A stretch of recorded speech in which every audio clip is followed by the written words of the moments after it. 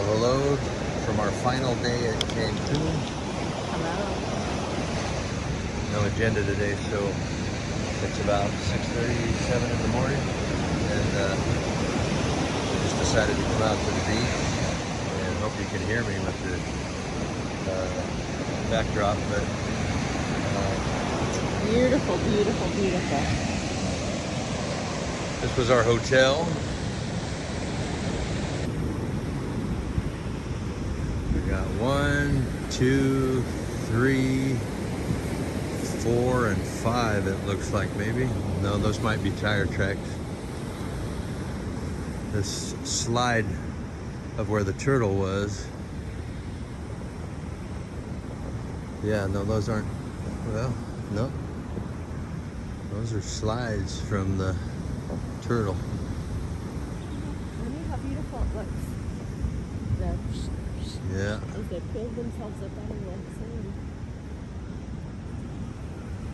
There's a big hole over there.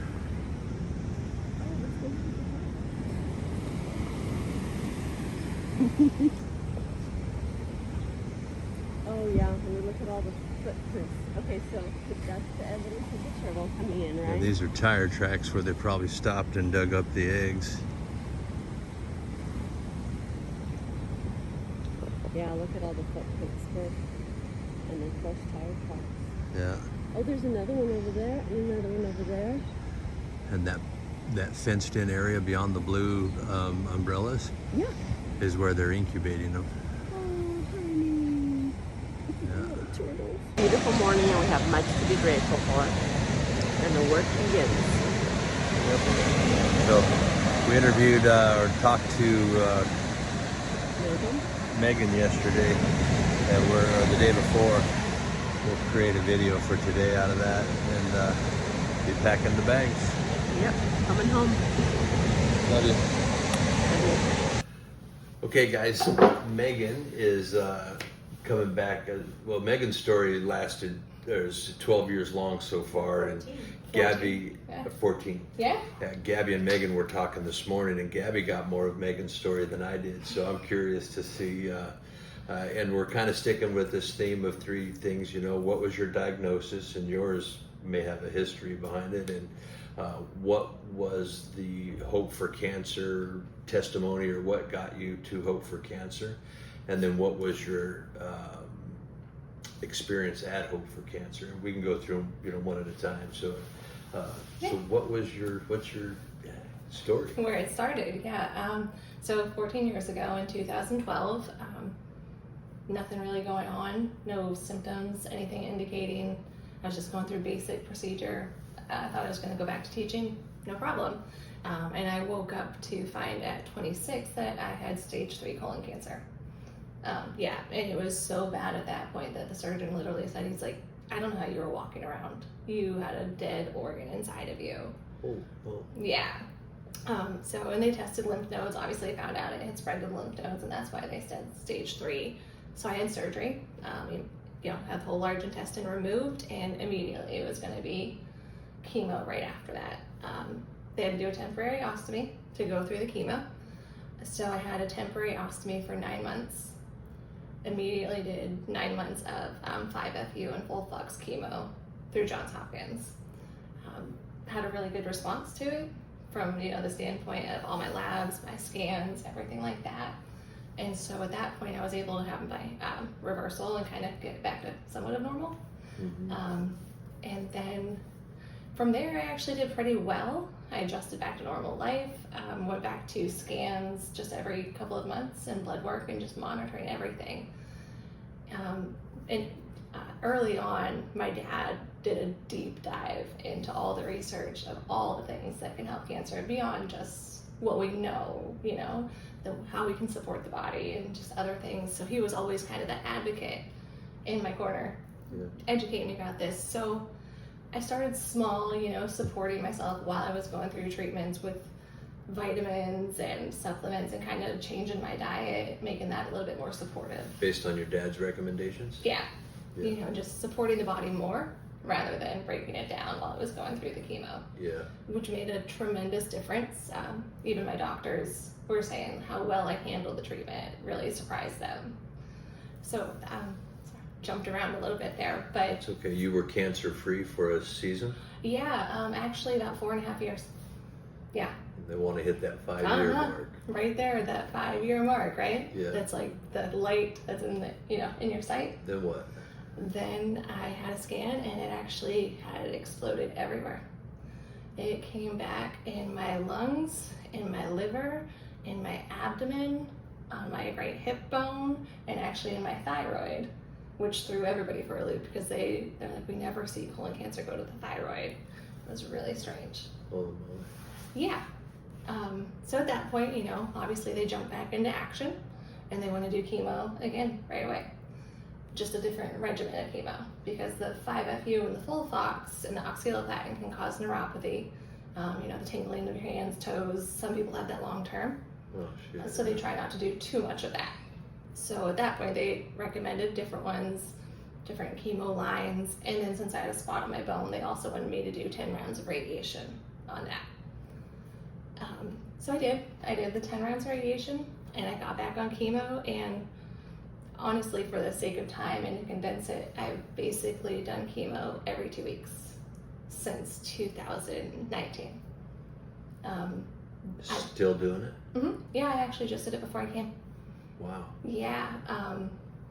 So I did, most of the time it was IV chemo where I would go into the hospital, get my infusion for a couple of hours and then come home for 46 hours with it hooked up and get disconnected and then 2 weeks later go back and do it again. After doing it for so long, and I switched to a different hospital at this point too because I'd also moved to a different state. But after doing it for so long, they switched me to the pill form of chemo, the Xeloda, which you can do. That way you don't have to go to the hospital as often, which worked well for a while. I was able to, continue working, teaching, all of that stuff while I was doing it. When did the hope for cancer come in? That my dad had found in his research, and he really wanted me to do. He really believed, building the body, giving the body what it needs, gives you a better response and a better chance. But my family wasn't there yet. I wasn't there yet. I wasn't ready to make that plunge. So I was doing, honestly, more or less implementing what I could from Hope for Cancer and what I had gathered on my own at home. Yeah. Doing like the B17 type stuff like that, those things. But I couldn't take the plunge to come yet. So then I went through chemo a little bit longer, switched to a different chemo, and I was doing okay, but it never went away, right? It was just keeping it status quo. Keeping it away. Yeah. Or keeping it at bay. Yeah, exactly. We weren't seeing growth. Oncologist was really happy with the response I was having, but he's like, it's just going to be a lifelong thing that you're just always going to do. That didn't sit well with my mind. I'm like, no, there has to be something else I can do. Yeah. So, long story short, doing the chemo, and then just recently, actually even before my most recent scans, so I had scans in June, but even before that, I was actually talking with my mom, and she had seen a documentary on TV of a lady who went to another country and was able to get such different medical care there. And she asked me, she's like, Megan, have you ever looked to see what countries are doing different things for colon cancer than what you've been doing for so long? No, not really, Then I looked again, and Mexico came up again. And at that point also, Instagram, much bigger. I've been following more people on Instagram. So I'd seen Savannah and Zach Levy. I'm probably mispronouncing their last name. But Savannah's the wife, and Zach's the husband, and he had stage 3 colon cancer.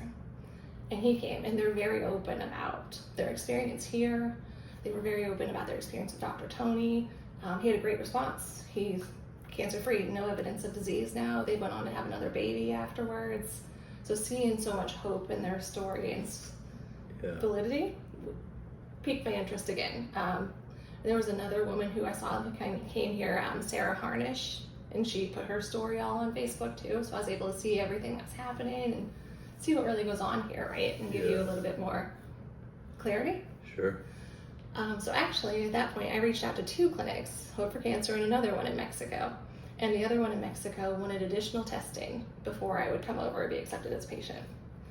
My doctors at in North Carolina were fighting it. They didn't want to do any of the testing. So I had to push back, right? You learn, you probably know, you have to be your own advocate. Absolutely. Yeah, they want to follow a script. Yeah. So I had to get a lung biopsy done because at this point I still have been fighting it in my lungs. Sorry, I'm jumping around a little bit, but since that previous time I told you, it's out of my thyroid completely. My liver's been clear up until this last scan. My lungs is where we've been fighting it, and my bone. So the other clinic in Mexico wanted a biopsy of my lungs, and in order to get that, I had to get a PET scan done. And my oncologist at Duke doesn't like PET scans. He does them once every 5 or 6 years, but he doesn't like the extra radiation Yeah, that you're getting exposed to. pretty harsh. Yeah. And he said, a lot of false positives, false negatives, so he doesn't do them. Really? But since Mexico wanted it, then I got it done. And that PET scan just happened by chance to go a little bit higher than it was supposed to. And it caught a brain lesion. Oh shit. So then, all the alarms go off. Everybody's like, we got to do something now. This is serious. It's your brain. And so immediately they were like, you need to have surgery next week. You need to have surgery. We need to get this out, and we need to do at least 5 rounds of radiation, and then you need to do chemo. And through my time, through all of this, I've learned, yes, it's important to pay attention to the time, but it's also important not to make a decision in the urgency and in the fear. Yeah. And step back and breathe for a minute, and Yeah. gather your thoughts and really assess what's going on. Yeah. So I told him that, and I wanted to, and by the grace of God, I was accepted at Hope for Cancer, and being single and going through cancer, it's not cheap. Finances are hard, right? Yeah. And after 14 years, they can add up, but doors opened. God provided the finances for me to come, and the timing lined up perfectly. And as I knew in my heart when I was looking at Hope for Cancer every time too, the care and the compassion that you see, it's evident with everybody that meets you from the door, when you go in. We experienced that, yeah. The nurses, the doctors, the hugs that you get, Yeah. and just the companionship, right? So I knew that was where I wanted to be. And then also that Dr. Tony, has that prayer and that belief that there's hope, and it's the whole person, not Yeah. just one little part. Dr. Tony has a specific prayer? Yeah, I've heard about that from Zach. I need to pull it back up on his Instagram. Yeah, I've heard. I haven't heard it. Yeah, and I get to meet him next week, so I'm gonna have to ask about it. Right on, yeah. Yeah. When did you start Hope for Cancer? Let's see, July 6th. July this year? Okay, This is my first time. gotcha. So you're doing a 3-week stay? Yes. Okay, Yeah, so I will finish on July 28th. I'll fly back home. gotcha. Is your doctor at home resisting, or are you just doing it? Absolutely resisting. Now, I will say, over the years, I've heard horror stories of people, that say they're going to do something different, and their doctors basically fire them, right? Yeah, Mine didn't do that, but however, the timing also lined up that he was leaving the hospital anyways at the end of July, so I was going to have to get a new oncologist anyways. gotcha. But now that I've made the decision, I haven't heard anything, right? So no messages, nothing whatsoever. But Yeah, and the ones that I did meet with about the surgery and the radiation, they were very adamant. They're like, there's absolutely no research to back up that any of this helps what you have going on. Like, they were putting such fear into me of even going over here. yeah. And it's like my previous oncologist, I will give him somewhat of credit of saying that he always had the mindset of, Megan, you know your body, you've done your research, I can trust you to know your body. So he gave me that respect at least. But these new ones, they're like, you're gonna go over there and do these crazy things and put yourself in danger, and you're gonna end up in the hospital. Yeah, So it was a tough call, really tough call to make. yeah. And say no. Well, we talked to Kelly, who her sister reached out to Hope for Cancer, and it had gone on beyond where they felt they would be able to be helpful. So they were honest with that instead of just taking her money and processing her through. So, I mean, it's so far the experience that we've had is it's a trustworthy process so far. And our direct question to our doctor was, do you have a point in time where you say, okay, these methods aren't working and we're going to have to go to chemo and radiation, you know? Mm-hmm. And he said, yeah, absolutely. You know, I mean, this is the holistic route is the first approach or the best approach, and we have to measure those results in order to make any kind of determination of how well we're responding to the treatments, you know? Mm-hmm. Yeah. Yeah, absolutely. So you are here on day 2? No. So let's see, I'm day 9 now, Okay. right? Yeah. Testing my Gotcha. math, which is good. Yeah. Well, yeah. I didn't yeah. even- That's good. Like I said, it keeps the Yeah. brain going. But I can tell you, you know, the first day was a lot, right? Because you're doing tests and you're going through everything. It's good because you're getting Yeah. information, but it's a lot. But from day 2 on, it's just been better and better every single day. Right on. You know, I just feel stronger. I feel healthier. I feel just Yeah. better every day. Every what do they call them? Modality. Mhm. You know, it's about building and enhancing and build. You know, Yeah. and non-toxic process. You know, Mhm. so yeah. Yeah, it's way different from, you know, when I would come home from chemo and I'm in bed for 24 hours, right? And Yeah. you know, struggling to make meals for myself, right? Here Yeah. I can walk and have dinner and walk down on the beach at night Yeah. and sleep well and wake up. Yeah. Man, I well, you really know. want to find out how it goes for you. Yeah. Yeah. Well, awesome. Thank you for taking the time. Do you have anything else you want to share before? You know, it's incredible the amount of hope and support that's here, and you know, our minds are so powerful, and that hope is a power, you know, with our minds. So just working on that and keeping focused on that, and you know, if it needs to be a complementary thing, if you need to do chemo and holistic, that's okay too. You know, don't beat yourself up over that. Yeah. If there needs to be a blend, yeah. Yeah. Matter of fact, Julie, we just talked to, that's what Mhm. she's doing right now, and happened to fight against her oncologist a bit, you know. Yeah, and like I said, you know, the Friday before I left, I did a chemo treatment, you know, but Yeah. you can't beat yourself up, and you can't. Yeah. Well, no, it's not this or that. Yeah. It's about Exactly. getting rid of this. Yeah, crap. the best way, right? And taking the best of everything that you There's can. an end in there. Yeah. Yeah. Yeah. Exactly. Yeah. Awesome. Thank you so Well, much. thank you very much. Yes. Appreciate it. Amazing. Thanks, guys. I'm not.